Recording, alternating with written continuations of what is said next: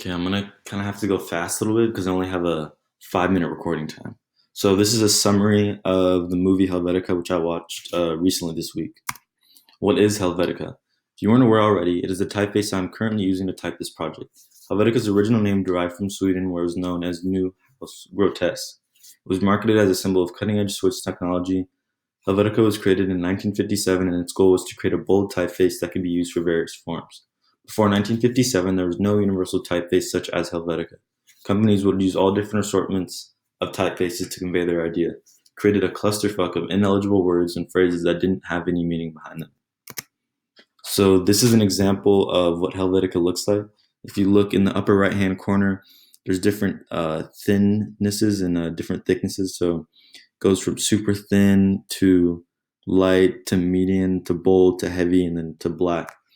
And if you look in the left bottom hand corner, you can see that the B and the C and the D and the E and the G, they all have similar proportions. So the B is just the D flipped around. The E and the C are just the same, except there's an extension from the top of the C to the middle of the C, which would make the E. Its creator. Helvetica was created by a Swiss typeface designer by the name of Max Miedinger. Between 1926 and 1930, he was trained as a typesetter in Zurich, Switzerland. After this, he attended evening classes at Gunsterbüchel in Zurich. Later on, he became a typographer for Globus Department Store's advertising studio in Zurich. After some time working for Globus, he became a customer counselor and typeface sales representative. This meant that he overlooked the sales of certain typefaces to certain companies. He did this until 1956, where he then became a freelance graphic artist. Influence. Helvetica had a large influence on the world. It was seen as the start to an era called modernism.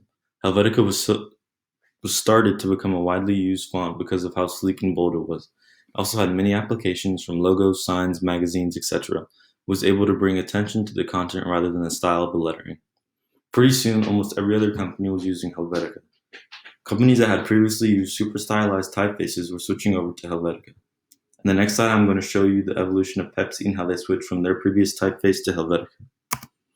So as you can see, from 1898 to 1950, they used like a goofy looking cursive, and it was super stylized and just super eye-popping. And they focused more on the style of the text rather than the product, I feel like. So Helvetica was invented in 1957. So as you can tell, between 1950 and 1962, they just totally switched up their entire look of their logo, and they went to a more sleek, bold look, also known as Helvetica, and they kept that until today, and they still use it. Defining characteristics. It has a tall X height, which makes it easier on the eye when reading smaller letters. It is two-storied, has similar curves and bowls. It has a narrow T and F. Its S is square-looking. Its R has a rounded-off tail. So this is the difference between Arial and Helvetica. As you can see, there's like minor differences. Like this has a little rounded tail. The A has a rounded tail. The R is thicker towards the end. The T is flat rather than what's the word? Edged off. I don't know how to say it. Edged off in the Arial T. Downfall. Even though Helvetica was new and exciting, it started to be overused. It was overused to the point where it was everywhere. From parking signs to corner stores, it became the new norm. It eventually lost its boldness and its excitement. Like one speaker in the film said, it was like air. It was just there and it was everywhere. Artists were now switching to different typefaces to avoid being put in the category of Helvetica, or as they saw it, boring as shit. Even though Helvetica is still widely used today, creatives like to stray away from it because of its wide popularity. In the next slide, I'm going to show you a list of companies who use Helvetica.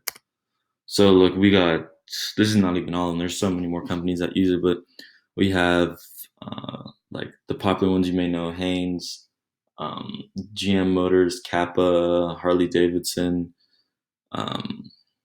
CBS, BMW, Dole, Colopass, Arco, 3M. So this is just a little group of some of the companies who still use it. Fun facts. Helvetica was based on an older popular typeface known as Occident's Grotesque.